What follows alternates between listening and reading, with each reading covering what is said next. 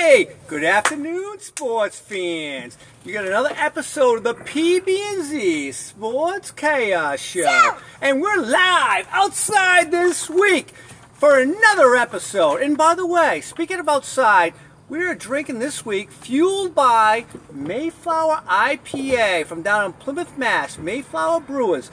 It's now the summer season, so if you're in Plymouth, down in Plymouth Plantation, and you need to refresh yourself, stop in at Mayflower Brewers.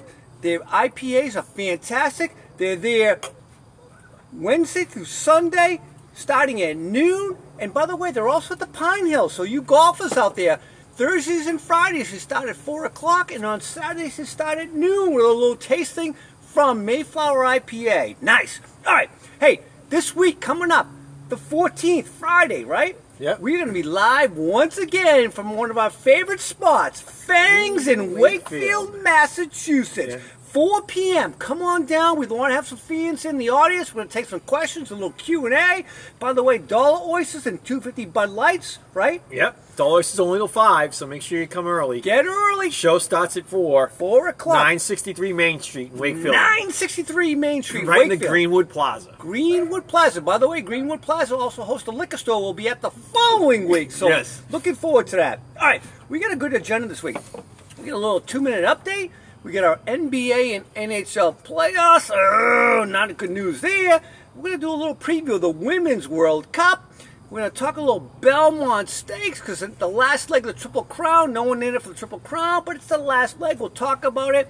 And then we got a little segment we want to talk about called the best team nicknames. Not your team name, right? The nicknames you had for your teams. There's some good ones out there. We'll talk about that. It'll be fun.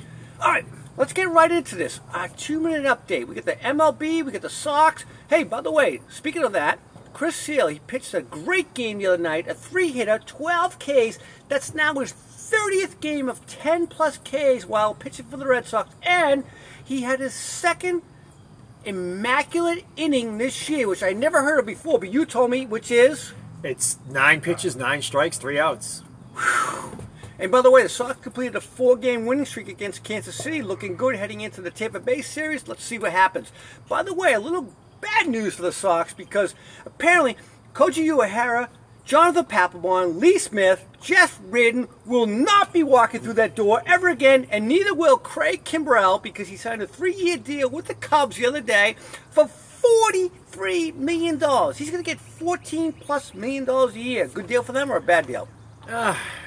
I think it's too much money for what he showed towards the end of last year. So I'm not sold on that. The Red Sox agree with you. Hey, speaking of baseball, 2 local guys got drafted the other day. A kid named Dean Metzdorf from Burlington also played at BC where he was playing last. Drafted in the 5th round. He's now the 9th BC player to be drafted in the first 5 rounds. And a very local kid up the street in North Andover, Sebastian Keene, a high schooler. Drafted in the 11th round by none other than our beloved Red Sox. And the number 1 pick was a kid named Cam Cannon from the University of Arizona. All right. Hey, we're going to talk about this real quick. Boxing last week. Major upset. 11-1 underdog in the heavyweight division. Kid named Andy Ruiz of Mexican descent ended up beating Anthony Joshua, a British guy. He is now the first Mexican heavyweight ever. And by the way, does he look like Butterbean or Butterball? I'll go with Butterball. Yeah, he's a turkey. But here's the thing. I just wish he took enough pride in his heritage that he would put the Mexican flag next to his name, not the U.S. flag. That's the only thing that bothers me. You got all these Brazilians in the MMA, and they got the Brazilian flag. You got all these people. I just want him to be proud of his Mexican heritage. Put the Mexican flag there. All right. So Good for him. Good for him. Hey, you hear it? Butterbean, you got to put your flag next to your name. Very proud of him. All right. Hey, little NFL news. Pats. They cut Safarian Jenkins. What was he here, like about 60 minutes or something like that, right? The tight end? Yeah, he was, I mean, cup of coffee and a what, 3 practices? He's gone? He's gone, yeah. Oh, my gosh. We have no tight ends. We got a little bit of worry there. Brady showed up for the mandatories. That's a good thing, right? Yeah. Apparently, that guy was like, it was a la Eric Decker, right? Remember Eric Decker? Oh, Jenkins and Eric Decker, right, He comes in for a little while, has a cup of coffee. Although Decker retired, Jenkins just got cut. Yeah. Hey, by the way, did you see this one? The Pats got their Super Bowl trophies rings last night. I'm sorry, rings over at Bob Kraft's house. And Dave Andrews, the center, and Tom Brady had a little chug contest. Guess who won? Don't tell me Brady won that. Brady did not look like Aaron Rodgers. No, because Aaron Rodgers could not finish the beer, right? No. Yeah, that's great. Hey, moving on. We get the French Open update. So last week we made some predictions. My two predictions, Sloane Stephens, Roger Federer, are done. But we get some people left of this one. On the women's side, it is a wild card. I don't think any of us have anybody left in the women's, right? You got Amanda Antonova. She upset the number 3, your pick, Simona Halep. Yep. But she lost today to Ash Barty, right? Yep. The only ranked girl left. Yep. And then early this morning, you had Nadal, who once again beat Federer. On the men, he smoked him. He did, right? 3 straight sets. Yeah, he took care of him in no time. And then in the other match, the Djokovic, Joker. Yeah, he's up. He's actually tied 1-1 right now. So the first set he lost, came back and won the second set. Okay. And he's down 3-1, and then it got stopped for rain. Another rain delay. Yeah, so that'll get. But he's down 3-1. He couldn't. He may not make it. That's my predicted final was Djokovic against Nadal, with Nadal winning. You were, it all. yeah. So we'll see. By the way, Nadal has won like 12 times against Federer in Grand Slam competition. I did not know that. Yeah. All right, we're going to move on to some sorry subjects. We'll start with the NBA playoffs first of all. So Toronto is now up 2-1 after beating the Golden State Warriors the other night, despite the fact that Steph Curry had 47 points playing with the JV team. All he had was him and Draymond Green and 3 guys from the JV team apparently played that night. KD, Clay, and this kid Looney are all injured. But by the way, Clay's playing tonight, right? We understand that Clay's going to come back. KD's still out. And this kid Looney, who apparently everybody said was almost dead from the injury he has, is coming back and going to play tonight somehow, some way. I want to see that one. What do you think, though? What's going to happen here? I think Golden State's going to win tonight. Make it 2-2. Make it 2-2. And I think they're going to go into Toronto in Game 5 and win that game too and put the pressure on Toronto. I see this going the same way as the NHL. Really. The NHL, okay. Exactly the same way if you think about it, right? There's a split at home with the home team winning the first game, road team winning the second game. Right. Then that road team went and won Game 3 in the other team's city, which is what Toronto did to Golden State. Right. And then Golden State follows St. Louis and wins the next home game and then goes right back into Toronto and wins the Game 5. I can see it following the same pattern. Okay. Hey, before we move into the NHL, a couple little notes about the NBA. So first of all, the ratings are down because no LeBron since 2005. Any thoughts? Anything that involves LeBron, I don't really care to talk about. It's kind of like NASCAR for me. All right, we're not going to go in circles here. Nope. And the other thing is, apparently in Game 3, the Kyle Lowry from the Toronto Raptors crashes into the first row of the seats on the side of the court. Yep. Apparently it was the minority owner from the Golden State Warriors, and apparently he shoves like this. Kyle Lowry. Lowry had a fit. It's all the news, all over the sports waves. What do you think about this mess? I mean, it is a little petty, but you just don't do that stuff. I mean, that's the way I look at it. But let me ask you a question. 60s and 70s, anybody that walked into the Boston Garden to play the Celtics or the Bruins, right? They were getting beer poured on their head. They were getting stuff thrown at them, right? Speaking of that, look about the Red Sox. Every time they play the Yankees, think about 2004. Poor J.D. Drew out in right field. His shirt was so doused in beer from the fans of the Yankees, he could have poured a case out of his shirt, for crying out loud. And Mookie Betts probably the same thing to this day. Yeah. I have no sympathy for him. You know what I say for you, Kyle Lowry? Take your skirt off, buddy. Play a little sports. All right, moving on. We got to talk about this one. NHL. Oh, man. Game 5. It did not go the way we thought. No. Obviously, trip and call down the stretch there. That's very controversial. That could have changed that outcome potentially. Bruins, face it though, they got outplayed in that game. There's no question about it. And ever since Game 3, Game 3, they went into St. Louis after splitting at home, right? They took it to them. That game was last week after we did our show. Last Saturday night, we thought they were going to sweep after that, and it was like, oh, if they can take Game 4 and sweep in St. Louis and go up 3-1, this series is over. St. Louis is resilient. They're tough. They're hard-hitting. And they're keeping the Bruins from scoring, really, ever since that game.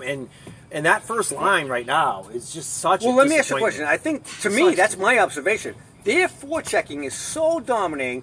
the first two lines, right? The Berge line and the Krejci line have been non-existent. They have no goals in even strength at this point in time. I know. That's killing them, right? It is. And they got to step up and do what they're capable of doing. And we know the Bruins are capable of this.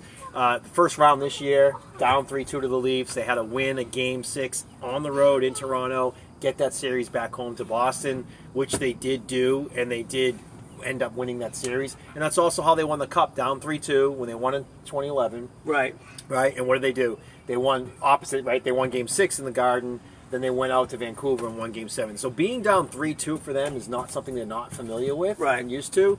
And I can see them winning this. And I'm going to stick with my guns and say the Bruins are going to take care of business in St. Louis Sunday night and then come back and win Game 7 in Boston. Hey, by the way, Chara, we got to give accolades to Chara. Broken jaw. The guy's 42 years old.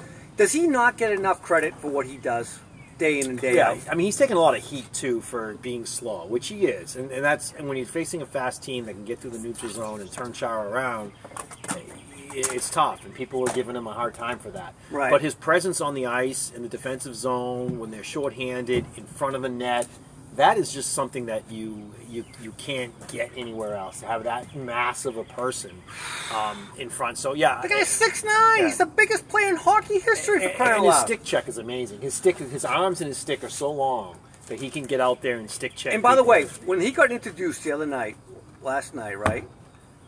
Playing in the lineup, no one knew he was going to play or not. He's out there in the starting lineup. The fans went absolutely. That was the most loudest I ever heard the Garden in my life, right? It was unbelievable. It brought a tear to my eye. All right, so last question. I know you picked the Bruins to win this thing. Are you sticking to it? Oh, yeah. Yeah, I'm sticking with my guns. There's no question. So they win it in 7. They can win these next 2, right? Yep. Come home? Yeah. I'm with you. I know you say on the waiver, but I believe they'll win 2 games and come home and win this thing. Yeah. If they win, it would be a Wednesday night. When would the parade be? Next Wednesday. It may be next Friday. Who knows? We might have to postpone our Fang show. Who knows? Right. Oh, we'll be very drunk at the Fang show. One thing or another. All right. We're going to move on. We're going to do a little horse racing conversation real quick because we have a guest prognosticator this week. So the Belmont Stakes, the 3rd leg of the Triple Crown, although there's no Triple Crown potential this week because of all the histrionics that happened between the first 2 races. The Kentucky Derby with 2 winners, right? The Preakness with the horse that ran around with no jockey, right? It's been a wild Triple Crown, but let's talk about that real quick. Hey, by the way, before we move into that, the Kentucky Derby is called the Run for the Roses. Do you know what the Belmont's called? The Run for the Carnations. Yes, you are correct. The Run for the Carnations. All right. Who do you like in this race? So you got the 2 favorites, which is War of Will at 2-1, and then Tacitus, which is actually a little better than 2-1 at 9-5. They're in the 9 and 10 spots. Coming out of that gate, outside, establishing early position, getting into that middle of the pack, and then taking that first turn. I think they're going to be neck and neck going down the back stretch, coming around. I really like those 2 horses. I think they're clear favorites. My one long shot in this, not even a long shot, but someone who I think could end up in the top 3 is Bourbon War at 12-1. Ooh, okay. And one of the reasons why I just like Mike Smith. Mike Smith hasn't done much in these 3 races, in the 2 races thus far with the horses he's been on. But with a small field here of 10, I think he can get Bourbon War into that. That's a good fact. There's only 10 horses. By the way, we have a guest picker this week. Of course, she always comes in to pick the horses for us. None other than Skye Ebony's Wicker. Skye, how are you this evening? Good. Hey, so anyways, we know you like to pick the horses. Somehow or other you have some proficiency around horse racing. Who do you like this week in the Belmont Stakes? Who's going to win?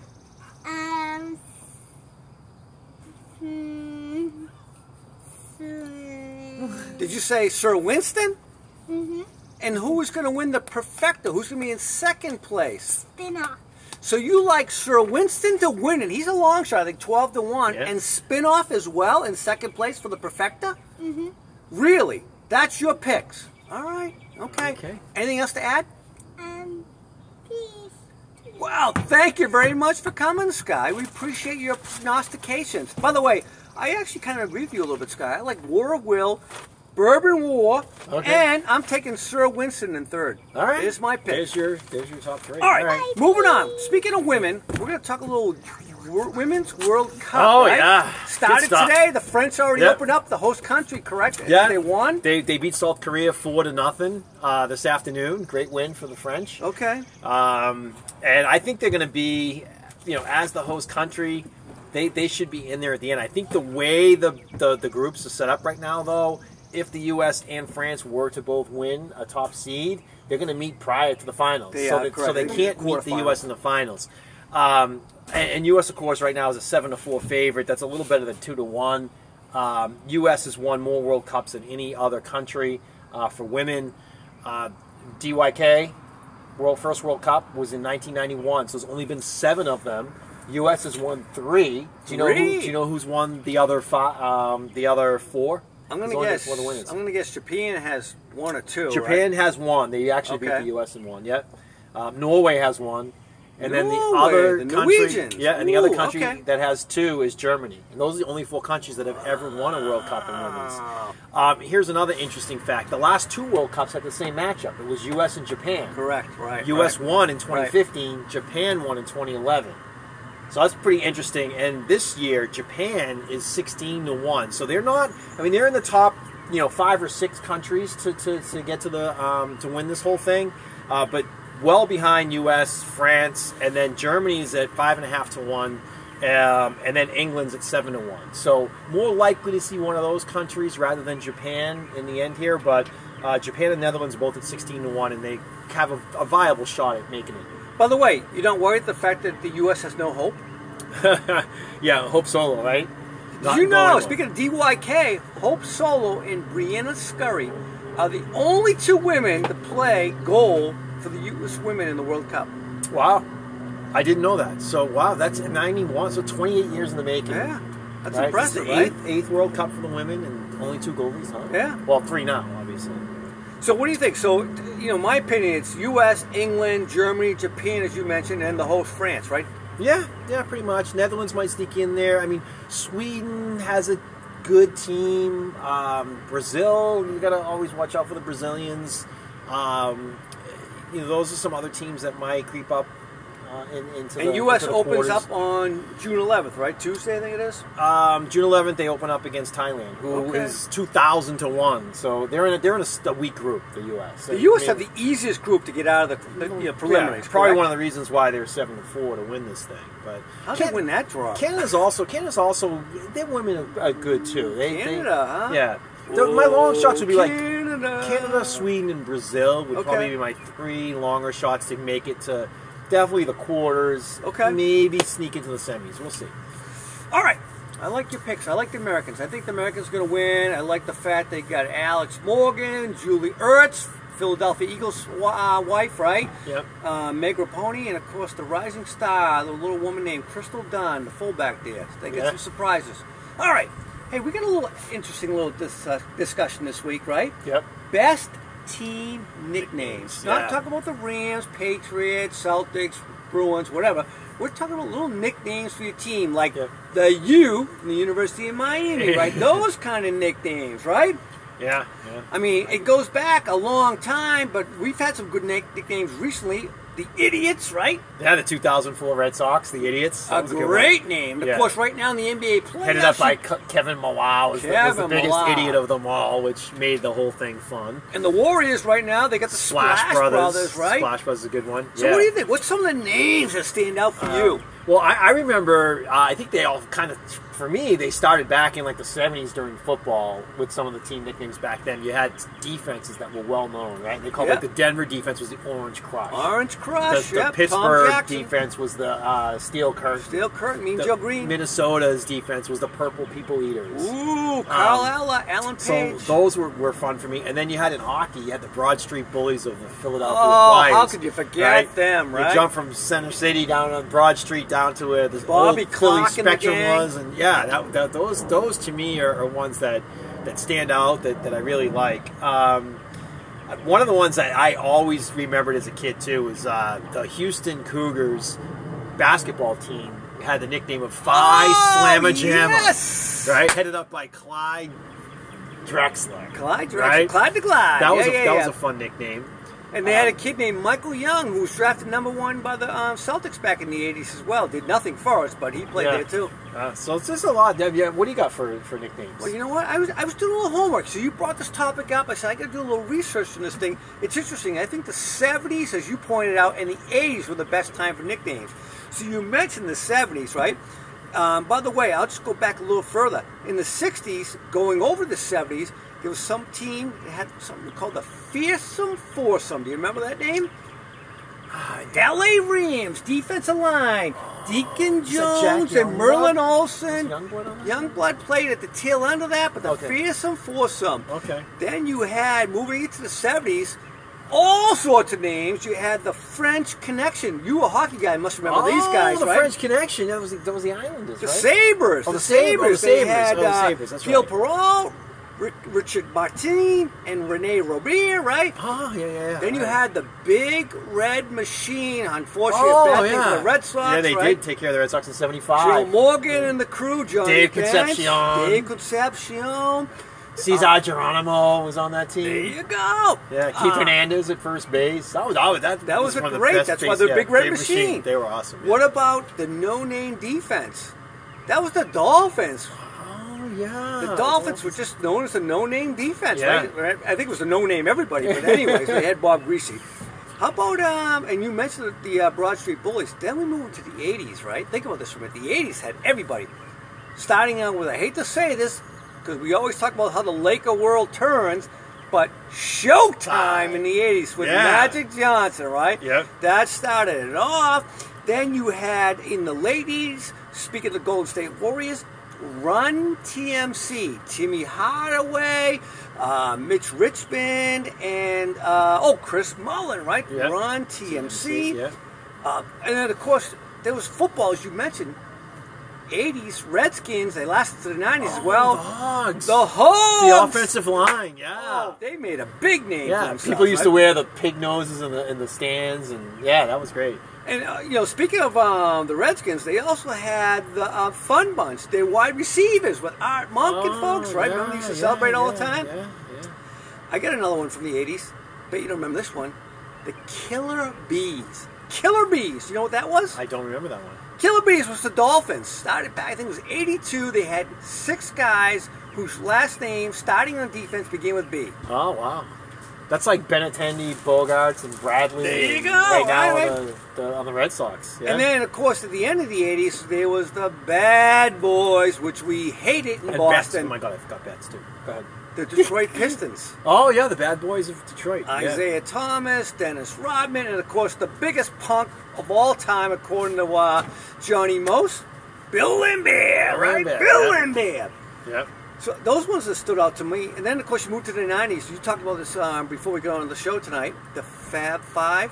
Oh, yeah, Michigan. Juwan Howard. Just named as the head coach. Cried about it. Very emotional. He was, yes. Very good for emotional. him. Jalen Rose. He's on all the talk shows now on ESPN. You had the Bash Brothers, which might be now more commonly known as the Steroid Brothers, right? Yeah. McGuire and Canseco. Yeah. Yeah. And then, of course, you had the greatest show on earth in the 2000s. Greatest show on turf. Right, the greatest show on turf, yeah. Yeah. Which was? It was the Rams. Just the Rams team. Their offense was amazing with Kurt Warner, quarterback, Marshall Falk. You had Torrey Holt, receiver, Isaac Bruce, right? Yeah, that was. All right. But the Patriots took care of them. What about the Marx brothers? Oh, how can we forget From them? the Dolphins Speaking of great receivers. quarterbacks and great receivers, right? Mark Duper and Mark Clayton. Mark Clayton, that's right. Yeah. They lasted a while, right? That was about 7 or 8 years with those dudes, right? Yeah. That was. All right. So let me ask you a question. Speaking of all these team names, what stands out for you the most? Which one? I mean, I go back to how I opened this segment, which is those teams of the 70s and into the early 80s in football that had the defenses. Like the Steel Curtain stands out to me. The Orange Crush stands out to me. I really like the Broad Street Bullies. I'm a big hockey fan. I just like that toughness of that Flyers team back in the 70s and 80s. Right. So those, for me, are the big ones. For me, I'm going to say it's a little nostalgic. It's going to go way back, but the name still stands to this day, the Monsters of the Midway. That's a great one. That's a classic. I mean, everybody. Chicago Bears, right? Pretty much everybody knows that one. right? Would you say? I think so. Yeah. And I'll give a little honorable mention to a team now that yesterday was D-Day.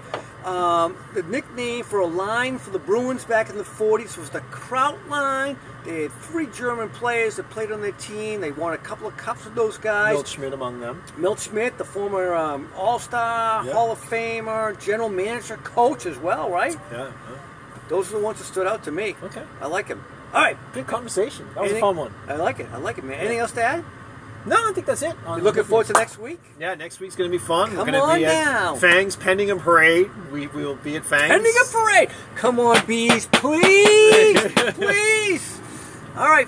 Hey, fans, we will see you next Friday at Fangs, 4 p.m. Parade pending, of course. Thank you. Have a great weekend.